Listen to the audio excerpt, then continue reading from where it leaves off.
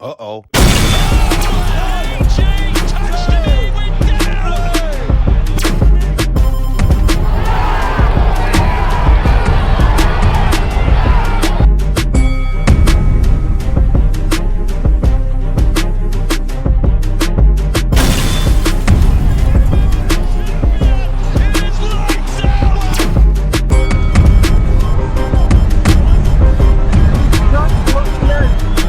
In her last two fights. Good way hitting him from that way down.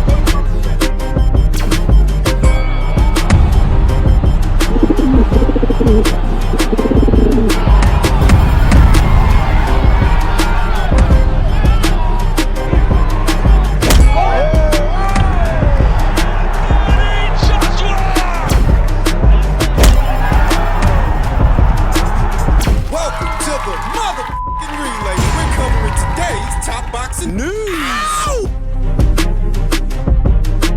Okay, we'll start with this. I'm sure most of you all know by now. The Olympic Games are over. The Olympic Games that Brazil's own Beatriz Ferreira was just participating in. I believe she won the bronze.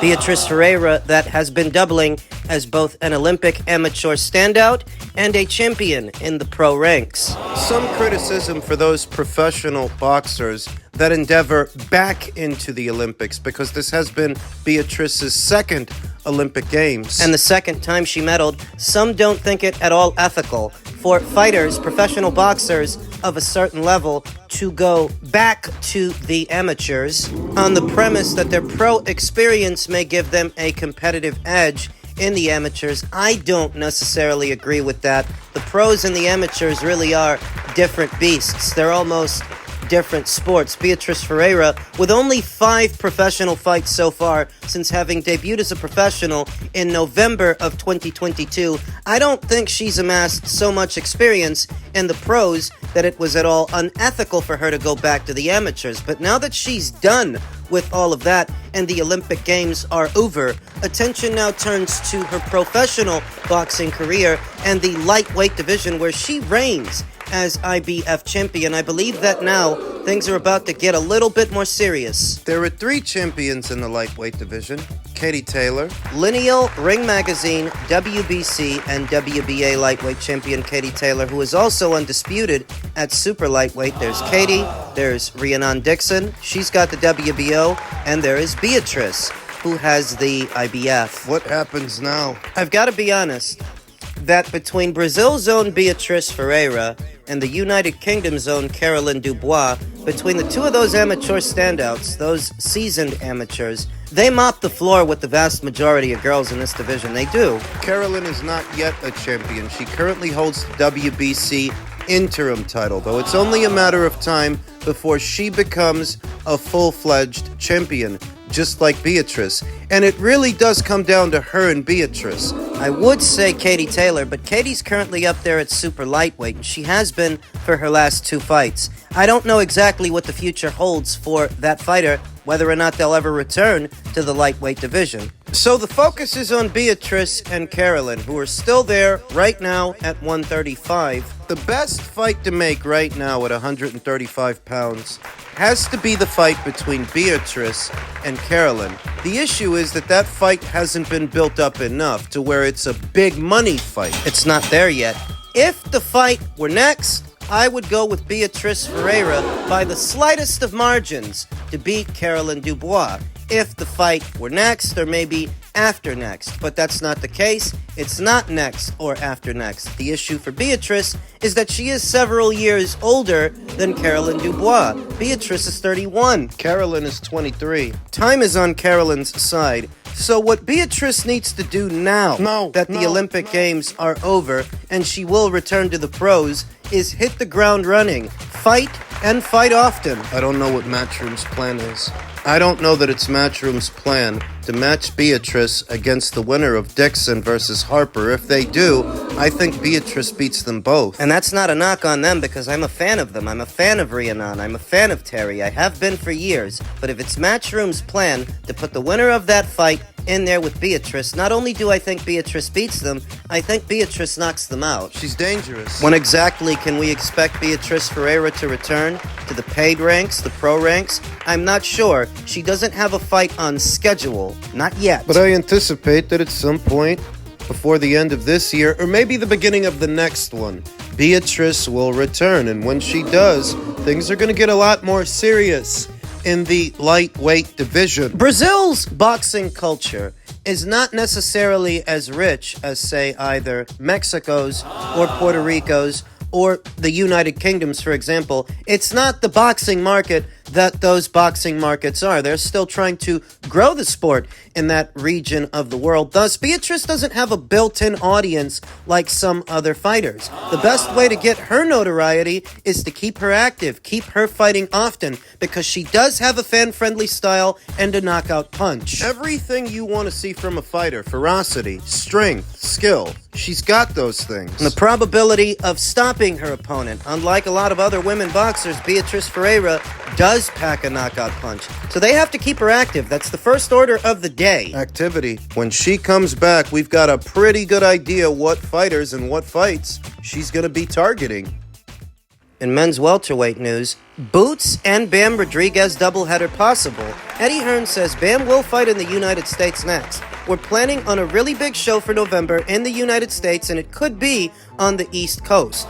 We want to continue the success that we've had with Boots in Philadelphia. We're speaking to Karen's team. We'll see what's next. We also know that Jaron Ennis, via his Instagram stories, He hinted at some incoming news, and it seems like he's in good spirits. if what this is Eddie Hearn trying to convince Karen Chukhadzian's promoter, who won the rights to the fight via the purse bid, to have Karen come here, have the fight in America, he has to make it worth his while. It has to involve Eddie Hearn giving him more money than he stood to make on his side of things, presumably in Germany. It has to, because how else can you convince the house fighter to concede that advantage when his promoter's the one that won the purse bid? It's got to involve dollars. You have to pay to play, and so many tried to use this as an example of how Eddie Hearn is failing his fighter. He's not doing his job. When I don't think anybody, Eddie Hearn included, anticipated Karen had that kind of promotion behind him. Certainly didn't the first time they fought, so who would have figured the second time out that anybody would be willing to stake that much of their own money for a rematch that nobody's really asking for, that isn't a hot ticket? No, not necessarily. I think Eddie Hearn was blindsided. I think he was taken by surprise, and now he's trying to sort out that situation, because it's not at all ideal to have the guy you just signed fighting under someone else's banner, under someone else's promotion. I saw a lot of people criticizing him for that, but none of those people were criticizing Top Rank for losing the purse bid to the Yanni Beck fight. Which happened that same week. Those two news stories broke at or around the same time, and I didn't see people laying into Top Rank and Bob Arum the way they're laying into Eddie Hearn and Matchroom. Let's be honest, there's a lot of hypocrites in boxing, and they don't keep the same energy across the board because they're dysfunctional. Toxic. Stupid. If it feels like I'm talking about you, it's because I am. That anyone would think it's at all good news that Jaron Ennis is not being allowed to unify this division, and as a result of that, we're getting this fight, this rematch, that nobody really even wants. That's funny. Stupid Americans and what is the stupid American boxing scene that is more concerned with narratives and whatever little axes they have to grind than the health and well-being of the division and the sport, because nobody wants to see Boots versus Chukhadzian 2 any more than they want to see Brian Norman versus Derek Cuevas, but your only interest in it seems to be spiting Jaron Ennis, even if it comes at the expense of the unifications this division needs. Because without Jaron Ennis there, these other guys aren't going to try to unify anything. Do you want another division like the middleweight division? Are you stupid? Is this all about you wanting Jaron Ennis to move up to 154? Hey, idiot. If he can't get the PBC guys at 147 in the ring, what makes you think it's going to be different at 154? It's not. The PBC currently have 2 of the 4 major titles on their side of the street. That soon could be 3 if Tim Tszyu beats Murtazalia. Do you think the PBC's gonna give Boots access to their champions? You're stupid. You would have to be to think it's in any way, shape, or form a good thing that Jaron Ennis is being prevented from unifying the welterweight division. I'm not even a fan of Jaron Ennis. I've been critical of him in the past. But for the greater good, I'm willing to put all of that aside because I know that boxing doesn't need another division like the middleweight division. There's definitely a social commentary there about how this services as a microcosm for the populace in the United States and how narrative-driven they can be. How petulant, how obtuse, Nonsensical that you can watch these guys reject offers from Eddie Hearn like you haven't seen this before, asking for too much money, pricing themselves out, then try to make that Eddie Hearn's fault, that he's not offering them enough money. All you bums think alike. The hope now is that Eddie Hearn can sort out this situation and bring Boots back to Philly and help to reinvigorate that boxing scene and boxing on the East Coast. Because it's not now what it used to be. How many fighters from the East Coast can you name off the top of your head that could put 14,000 asses in 14,000 seats? Can't be that many. It's not. And a lot of the boxing you see here in America in this day and age is primarily centered around the West Coast or the Southwest. The East Coast ain't the boxing scene that it used to be, but with Jaron Ennis fighting in Philly, you can hope to change that, to give that market, that part of the country, the shot in the arm it sorely needs. All you idiots seem to care about is sticking at the Boots. Not the health of the boxing scene on the East Coast, not the health of the welterweight division of boxing as a sport. All you care about is your spite. That kind of stupidity is taught and nurtured over a long period of time because you have to practice being that damn stupid. Bozo. I saw something about Bam making an appearance on the undercard opposite the Ring Mexico's own Pedro Guevara. I don't know how true that is, it's just a rumor and it's not confirmed. But at minimum we know Eddie does want Bam to fight on this show. If they can pull this off, there's gonna be a lot of people there, just as many as there were for the Avanesian fight. That's good exposure for Bam on a coast where he doesn't normally fight. I'm going to assume they're trying to finagle a situation where Bam gets his would-be mandatory out of the way, keeping his schedule clear for next year and unification matches, whether it's against Kosei Tanaka, WBO champion, or the winner of the Martinez versus Ioka rematch. For things to run smoothly, Bam has to get whoever his mandatory is out of the way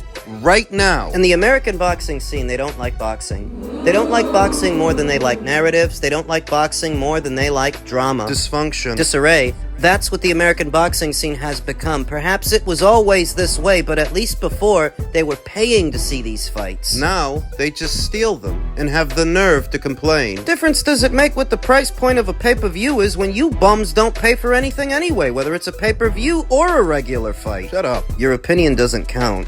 You don't count. Just streamies and shut up. Shut up. Do you think I'm making videos for people like you? I'm making videos for boxing fans. I'm making videos for customers, not bums. Not social drags and pieces of shit. And any idiot that out of their own malice, their own spite, is gonna sit there celebrating that they're freezing out the one guy that wants to unify this division? You don't belong here. It's the thing with these guys. They're always going where they're not welcome. They're always trying to occupy spaces they don't belong in. Fuck off. To get the hell out of here. Get the hell out of here! And finally, in men's heavyweight news, ahead of this weekend's mega match, Anthony Joshua reveals areas in which he had to improve. As Anthony Joshua stood center ring, waiting for the judges to render their decision on his rematch with Alexander Usyk, the two-time unified heavyweight champion's expression was laced with exhaustion and tension. Joshua had poured his heart and soul into the rematch, and the announcement that he had failed to regain his titles from the brilliant Ukrainian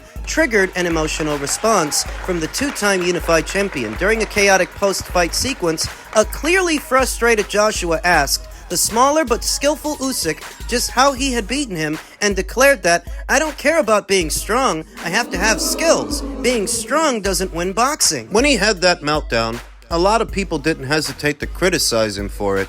I interpreted that as a fighter who still cares, who still wants to win, and still has his heart in it. I looked at it as a positive, and in hindsight, the streak that he's been on since then, and how he's looking, I was right to assume that he's still got fire in the belly. It's a good thing. Because a lot of other fighters would struggle to have that same kind of desire after having the success and after having made the kind of money that this guy has made. To still care that much. What looked like a spur-of-the-moment outburst from was anything but. Joshua took those thoughts with him into an 8-month break from the sport and set about reinventing himself. 16 months have passed since that fight.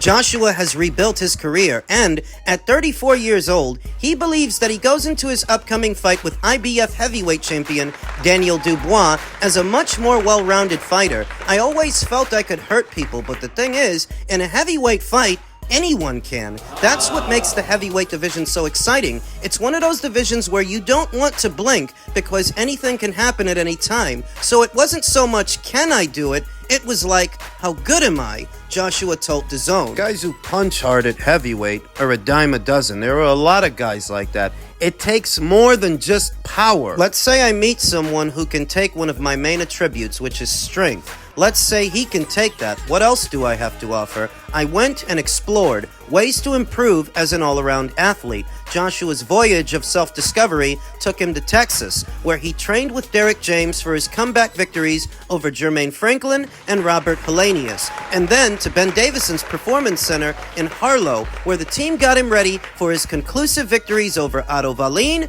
and Francis Ngannou. It's been a while since Anthony parted ways with his longtime trainer, Rob McCracken, swapped him out for Angel Fernandez, then swapped him out for Derek James. Mixed feelings about Angel Fernandez, and I wasn't really sure what to think about Derek James, but with Ben Davison in his corner, I am quite confident that this is the kind of guy that Anthony was looking for. Somebody who can help him marry his brute force, his brawn, and his brains. Because as strong as he is, Anthony fancies himself a boxer. Slowly but surely, he has righted the ship, boxing his way past Franklin, beating down and knocking out Helenius, dismantling Wallin, and blasting through Ngannou. Considering just how easily straightforward Joshua made the beating of Ngannou look, the 34-year-old's decision to pinpoint his second-round demolition of the MMA superstar is proof positive that his rehabilitation was complete will raise some eyebrows. Although Ngannou performed miracles to take Tyson Fury to the wire last October, in boxing circles at least, Joshua was expected to deal with the boxing novice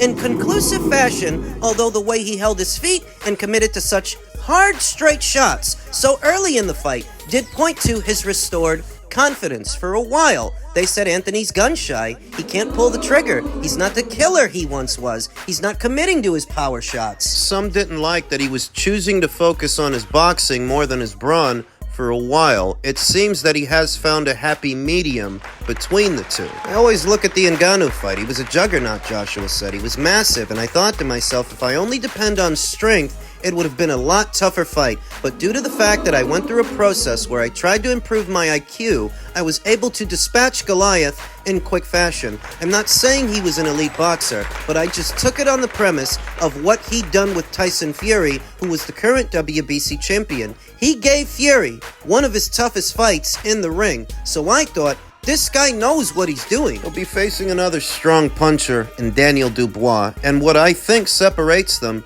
is Anthony's boxing brain. He's come full circle after a long journey. Now let's see what he's learned on Saturday.